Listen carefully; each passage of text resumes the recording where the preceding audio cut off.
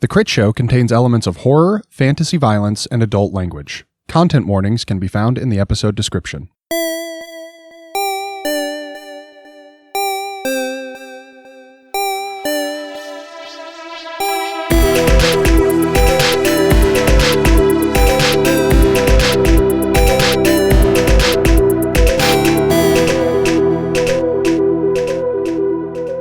What's the weirdest thing y'all ever seen in a Walmart?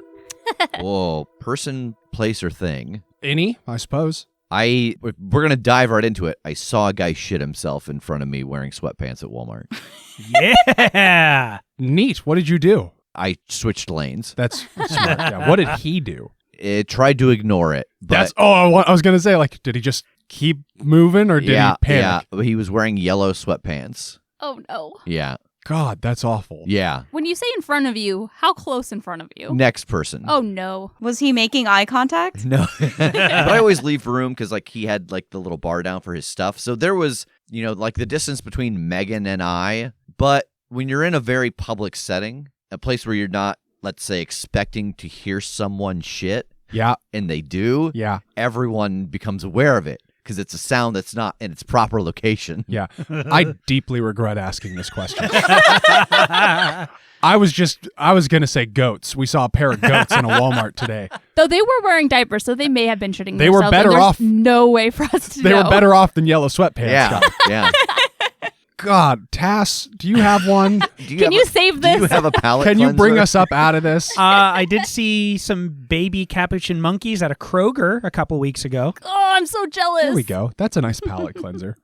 They were so cute, too. I couldn't stand it. Kim, a Walmart is a type of grocery store. I was going to say, I think that my WASP upbringing is on full display when I say I don't believe I've ever set foot inside of a Walmart. I honestly just assumed that was the case, and that's why I asked Tass specifically if he had one.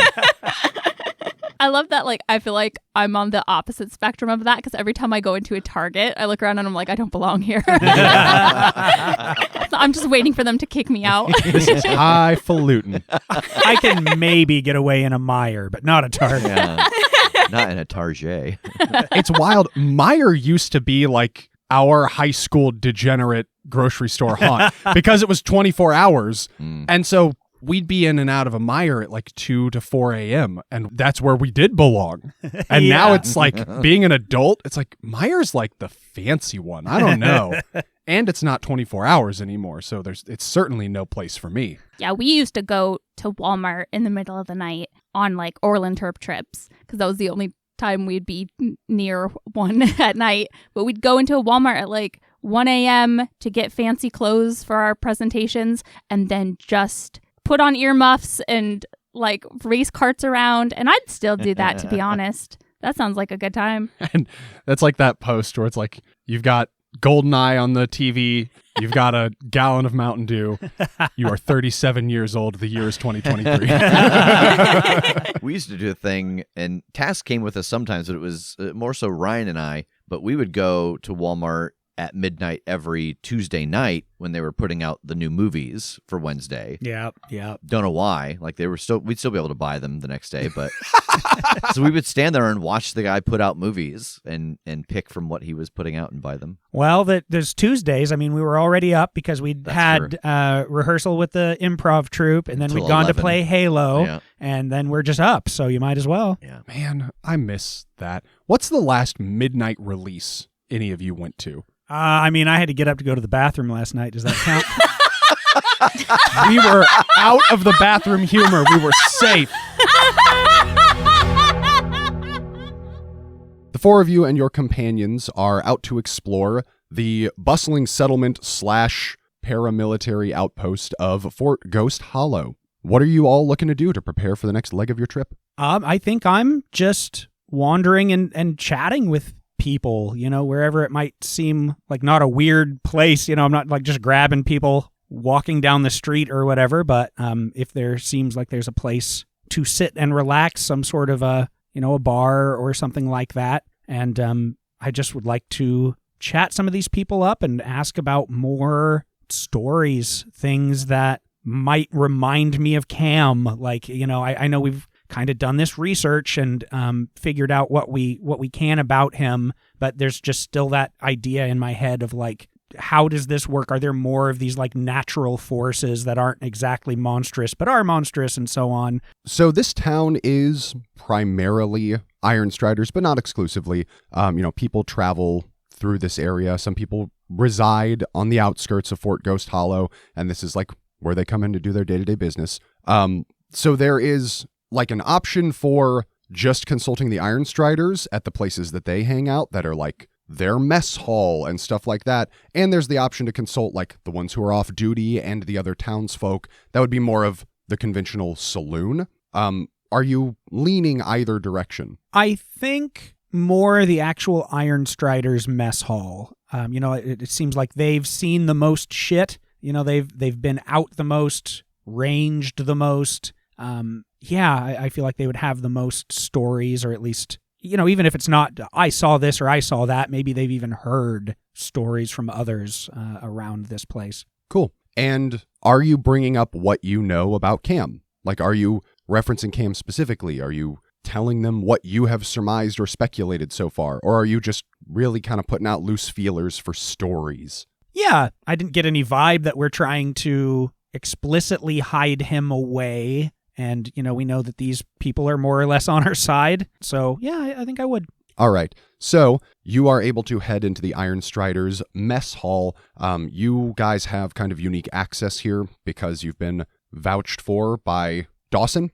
So you are able to go to these, what would typically be restricted areas to other just like out-of-towners or non-members. And you settle in and you're able to start shooting the shit with some of these Iron Striders. Some of them start feeding you stories. You start giving them details what you know about Cam. And one who has had her back turned to you for most of the time, sitting at a nearby table, she pipes up without turning to face you, but you can see that she's kind of a imposing silhouette. She's pretty stocky. She's got red hair that's in a braid. And she says, "So you think the Batman might be a harbinger of death, or death itself?" Yeah, I think something like that, like, the sort of natural order version, as opposed to like some omen of doom, not some like evil essence, but just natural kind of flow. She sets down her fork on her tray and she turns to face you. And Tass, you recognize her. This is Ingrid, the leader of the Iron Striders who you met in Alpo. Oh my God. My instinct is always to just be like, hey, but that's not a thing. What do you think on that? Like, are there other physical manifestations of like the natural order? Aye, there are. Although typically they're just out and about doing their thing. Not really something that can be interfered with. Not on a scale like that. Though, if this is as important and fundamental of a force as you say, surely it would have had a manifest effect on something in our world in the time that it's been disturbed. Though from what I know, there's been no shortage of people dying, but maybe he's not the one who claims them. Maybe he's involved somewhere else in the process. Okay, so if our guy has been corrupted like this, he's losing his memory, are you saying that there's like a task he should be also doing? Like, I know just going about his sort of natural day is what he would be doing anyway, but there is like a fundamental task that would be associated with that if he remembered everything? Hell, I don't know.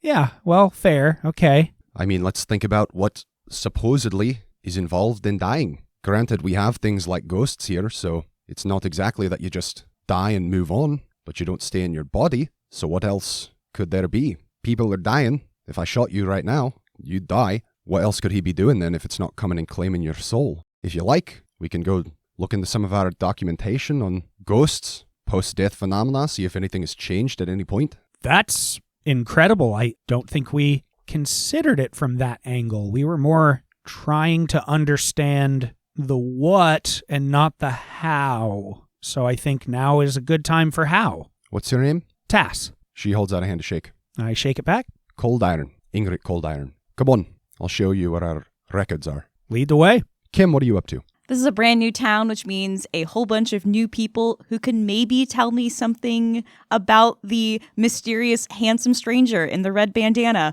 who's possibly operating out of Bronze Chapel. Okay. Similar question. Where exactly are you looking for this information? Are you sticking to like Iron Strider specific facilities, or are you talking to the townsfolk and the off-duty people and whatnot? Ooh, that's a good question. I think I'm going to talk to the townsfolk. They seem a little more likely to spread rumors. Sure. Where are you headed then? Where are you looking for this information? Probably the saloon, I would guess. Yeah, you head into the saloon.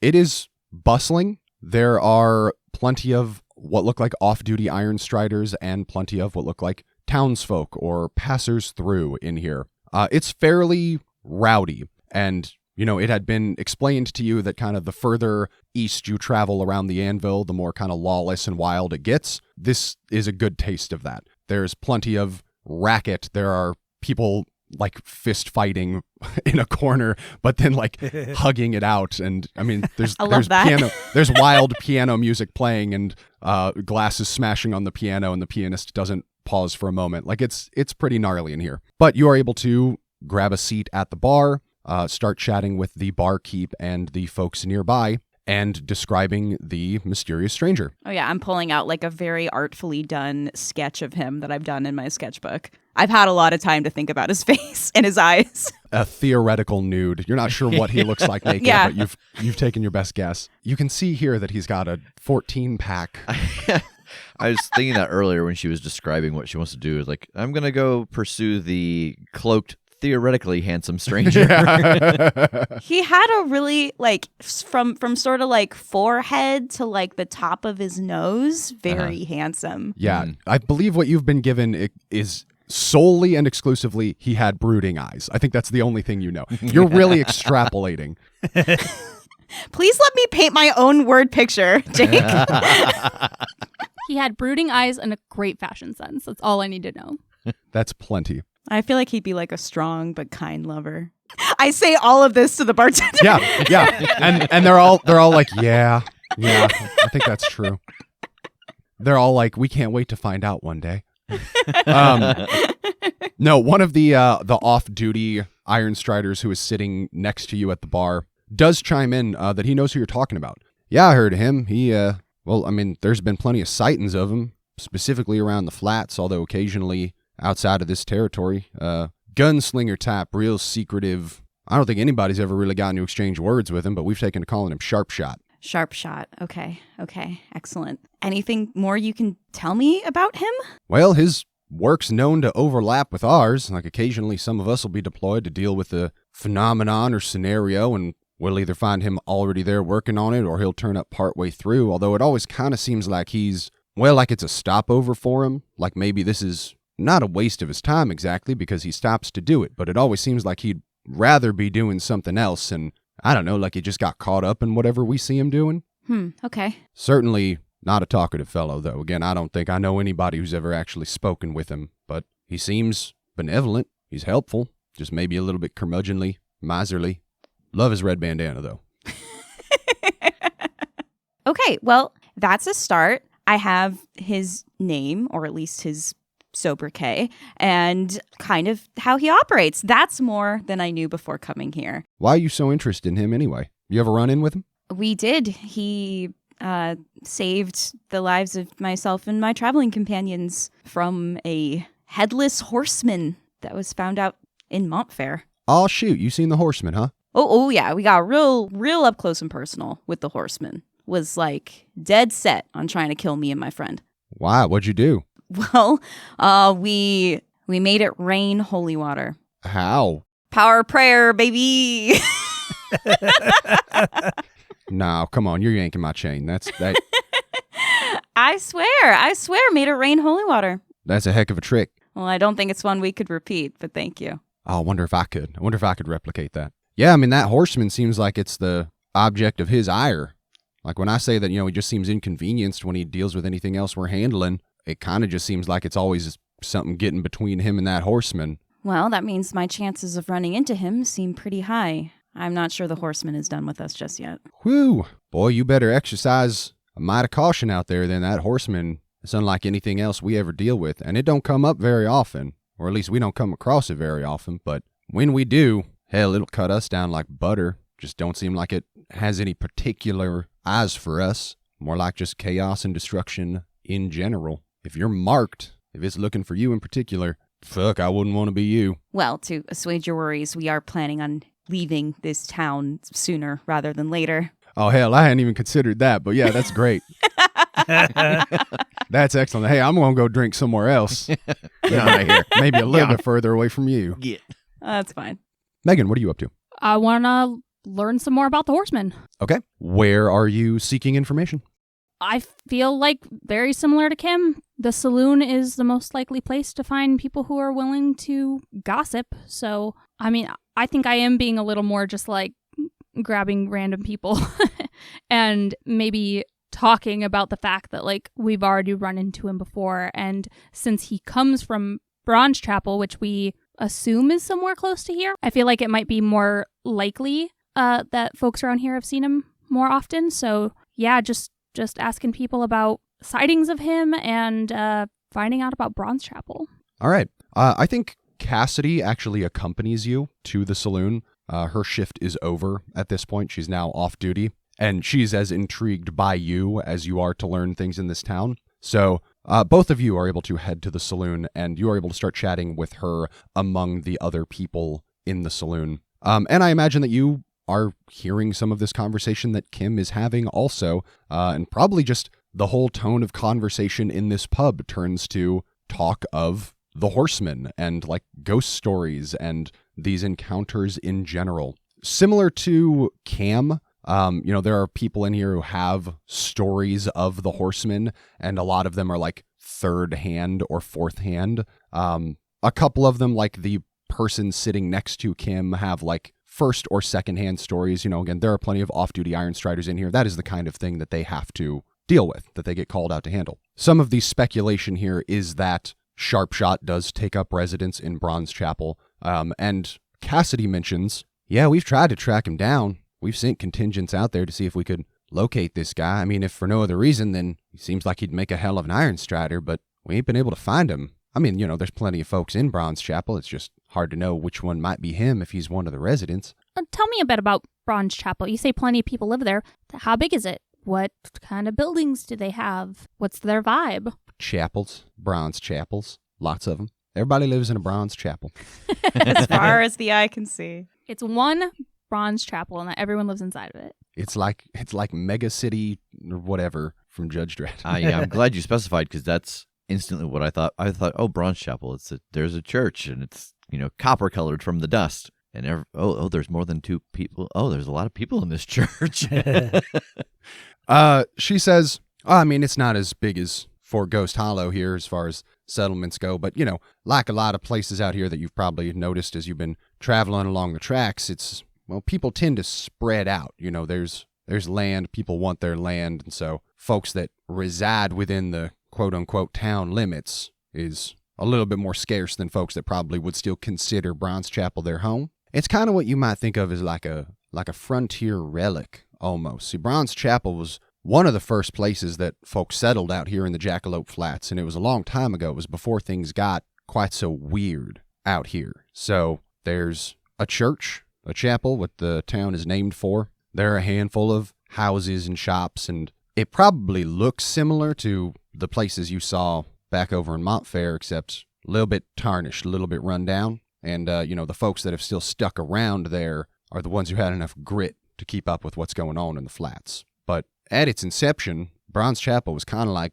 Montfair trying to spread east. Just the weirdness was stronger than they were. Gotcha. Do they have a mayor? Not to my knowledge, they don't. They're fairly self-governing. I think they tend to be a fairly religious group, though. What with being founded based on that church and all, they might just look to the preacher for leadership, whereas we might look to a mayor. Oh, what can you tell me about the preacher? Well, don't know much about him neither. I know that he used to be more outgoing, more charismatic. He used to put himself out in the community, and then, from what I understand, he suffered a tragedy. He lost his family, and seems like that really took the wind out of his sails. So I believe he's become a little bit more like a hermit ever since. That's terrible. What's his name? Harrison? Okay. Man, that's awful that he lost his family. Was it an accident? Was it a attack? She kind of like looks past your shoulder towards the front doors where there's a bulletin board, and she stands up and walks over there and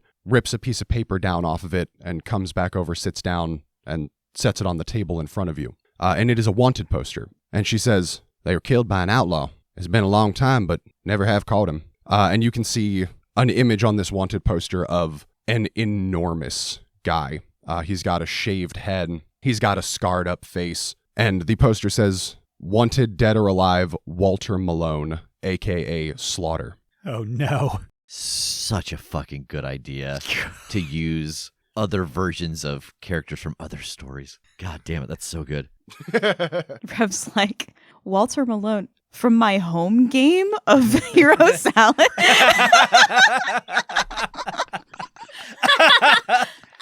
I forgot about that. That's like one of my favorite pieces of art. Who was it? I totally did not get the Seth Dales thing until whoever it was, wrote it in Discord. I was like, fucking either. You fucking He asked king. me. We were like in this. He's like, "Do you get why his name is that?" No. No. And he's no. like, it's an anagram. And I was like, "Fuck, that's good." Because as you have all said before, the Discord is far smarter than we are. Yeah. They're paying so much more attention. Is it all right if I keep this? Sure, I don't think anybody's going to forget that he's wanted just because it's not hanging on the bounty board. I'll fold it up and put it in my pocket. Where is this Malone guy seen? What's his deal? Ain't been seen in a long time. I mean, years. Don't know that he's still alive. Don't know if he finally met his maker when he was trying to introduce somebody else to theirs. Nobody has any idea what his fate is. But if you spot him, put him down. Well, thanks for all this information. I think we're gonna, head out there, maybe try and track down, maybe see if we can pin down this horseman. How long has he been seen out and about? Cassidy kind of like leans back thinking and looks at just like some of the other people who have, been kind of listening and engaging in this conversation. And there's like a general like look of contemplation throughout the saloon. Everybody's like, I guess I don't know how long he's been around compared to the first time that he was like spotted or documented or anything. I'd say we've been receiving reports of him for nigh on a decade. No, more than that, 20 years or so. And like there's a murmur throughout of like, that seems about right. And do you all know who he was when he was alive? The horseman? Yeah. He's a ghost? Well, a ghost, yeah, I guess. Kind of a weird manifestation of one, but he was a person at some point, a murderer. I don't think we know his name, but he's a bad guy. And now he's a ghost, but when he holds things that are of the material plane, he becomes kind of corporeal. I don't really know how it all works, but he was a human murderer at some point. No, that's more than I knew. I think you've got more information than us. She starts like writing that down. Hey, Kim. Yeah? You saw a vision of the horseman when he was alive, right? Yeah. Why? Do you think you could draw him? I will do my best. Yeah, I figured maybe we can give that to the Ironstriders and see if they can compare it to any records, any old wanted posters. Maybe find out who he was. Yeah. I will pull out my sketchbook, flip the page from the artful depiction of Sharpshot, and start drawing. I don't know why I picture for this. It's just going to end up like the leprechaun from the news report. Did you guys ever see that? Yeah, I don't know what this is. It's just like a circle with a hat and some eyes. Mm-hmm. Like She's like, I used up all my artistic ability in this world that I got from being in this world on the handsome guy. Is he cute? Because I can only draw cute people. I only have artistic mana for cute people drawings. I will draw who became the Wraith, like my vision of him when he was alive. From what you can recall from your vision, you are confident that you put out an accurate representation, an accurate drawing of him. And you hand it to Cassidy, it makes its rounds, and nobody recognizes it out of the gate. They let you know that they'll keep it and they can look into it further. But at a glance, it doesn't seem to ring anybody's bells. Okay. Yeah, let us know before we head out of town if you find anything. Otherwise, if we think we've taken care of him, but he shows back up, maybe you'll be able to gather some more information on him. Thank you much. Knowledge is power. Rev, what are you doing in Fort Ghost Hollow? I think I want to go to the place where the Iron Striders are like dispatched. I don't know exactly what their setup looks like, but I'm imagining there's some place where people are getting reports and sending out teams.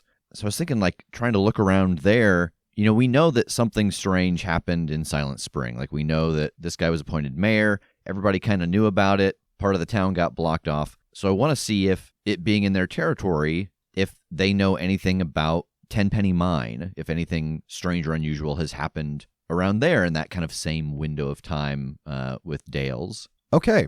Yeah, so you head to like the dispatch center. How do they get reports? Like I'm fascinated to know, like, when we get there, are there like birds coming in, or It's just lizards. Arrows with messages. It's just lizards with letters in their mouth, and they're doing that really fast lizard run, and you have to catch them to get there. Just like Nancy Drew. Yeah. We put the little postman hat on him and he'll deliver the letter.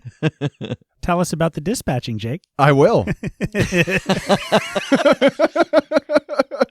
Yeah, I will. Tell me more about these lizards first. They're really cute, and they move real fast. Some of them shoot blood from their eyes. It's from Nancy Drew and the Curse of the Crystal Skull. No, so there is like what is kind of like a mail room, like a mail center, where anything that has been like reported, if they receive word through the post, this is where it gets to. And there's just a bank of like higher ups, offices of some of the higher ranking officials who look through these things, make calls, and then dispatch orders. And there is actually like a mail tube system that like I think you see the first side of when you head into this like dispatch center that probably leads to like the barracks or the mess hall or wherever these people might be, which is really like the first taste of kind of whatever the hell's going on with your train that you've seen so far in this world. Like the first other weird kind of tech going on here. So it seems kind of bureaucratic is the word I want to use.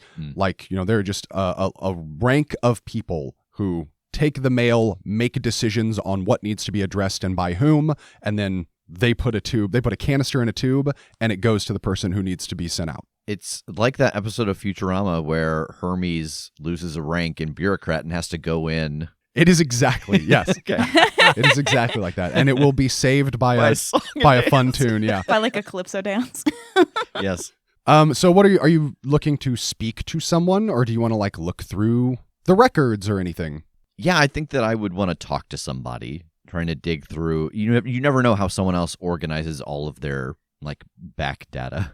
You go find one of these like middle management-esque people in her office. She is looking over documentation on her desk. There is not a good system of organization from what you can tell, like just sheafs of paper all over everything. She's got like 3 in one hand and 7 in the other, and she's looking back and forth between them, uncertain what to do with them. And she looks up as you enter. Can I help you? Authorized personnel only and whatnot.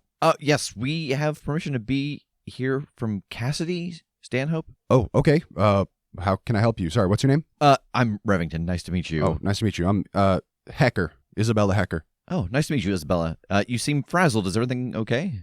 Oh, I mean, there's just a lot of stuff going on everywhere all the time, and I've got to make the decisions on who deals with it or if it is dealt with. And if I decide that it is not dealt with, then that blood is on my hands if I was wrong, and it's just kind of a stressful gig, Revington. Whoa, yeah, that's a lot for one person to decide. Well, fortunately, I'm not the only one. And she like looks back, and you can see like there's like a window on her back wall and just like a bunch of these offices with people at desks stretching down the length of the building. Well, listen, I work with some people who have a very similar situation. Without you, nobody would be saved. So I don't know if that makes any difference in your headspace, but some decisions are better than no one making decisions. I appreciate it. I try to keep that in mind. Yeah. I was curious about was any information, any history you might have on the Tenpenny Mines, specifically around, and I'll give her the window of time when Seth became mayor.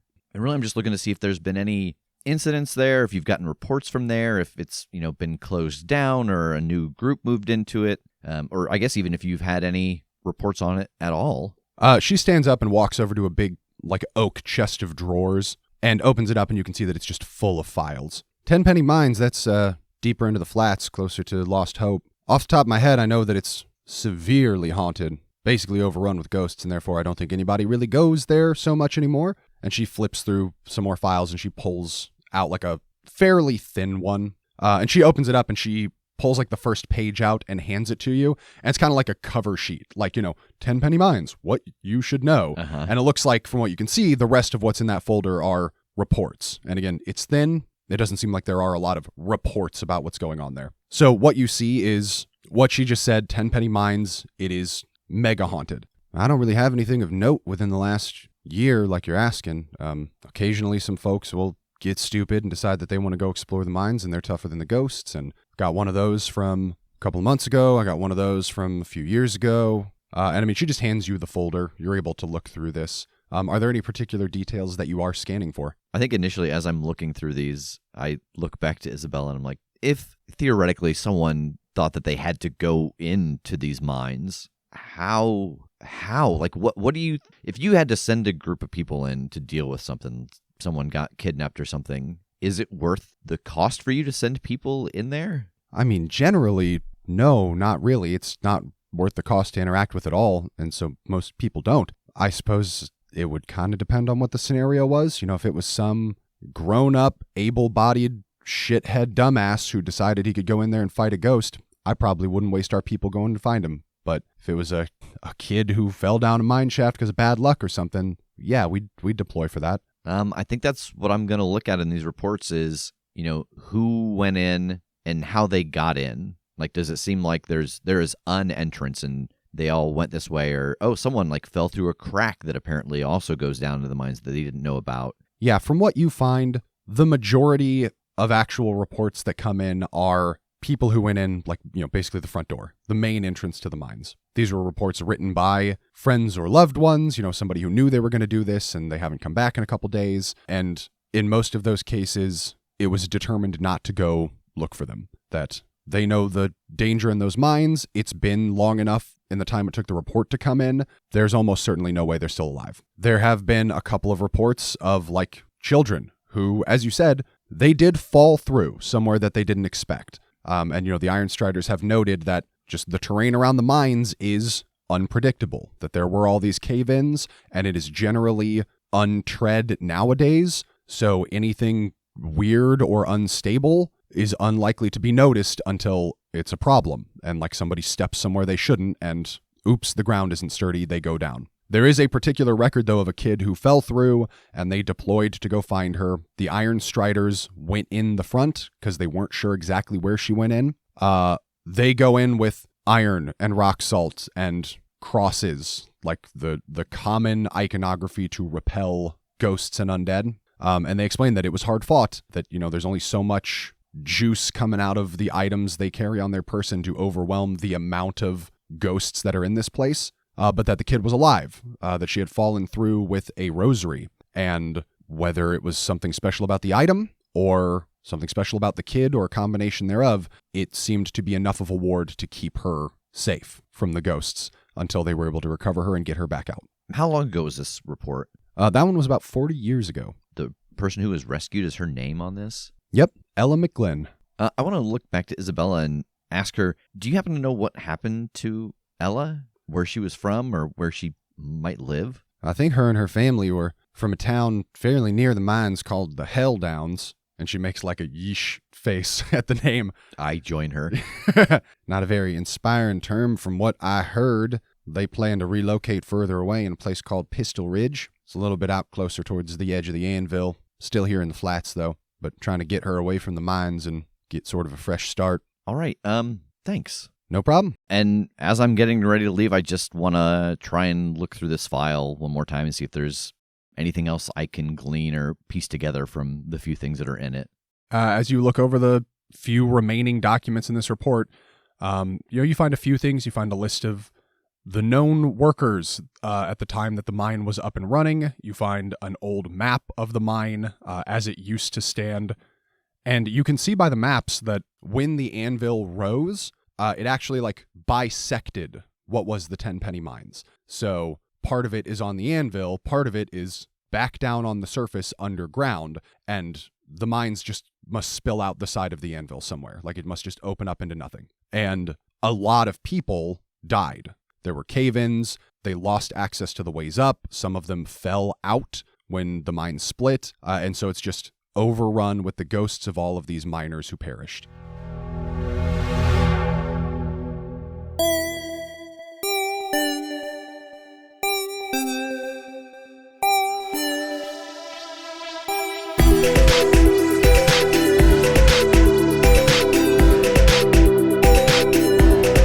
The Crit Show is a Critshow Studios production, edited and produced by Brandon Wentz with music by Jake Purley. You can find more information about us at thecritshowpodcast.com. To keep up to date with upcoming live shows, contests, and other special events, follow us at The Crit Show on Facebook, Instagram, and Twitter. For even more weekly content, join us at patreon.com/thecritShow.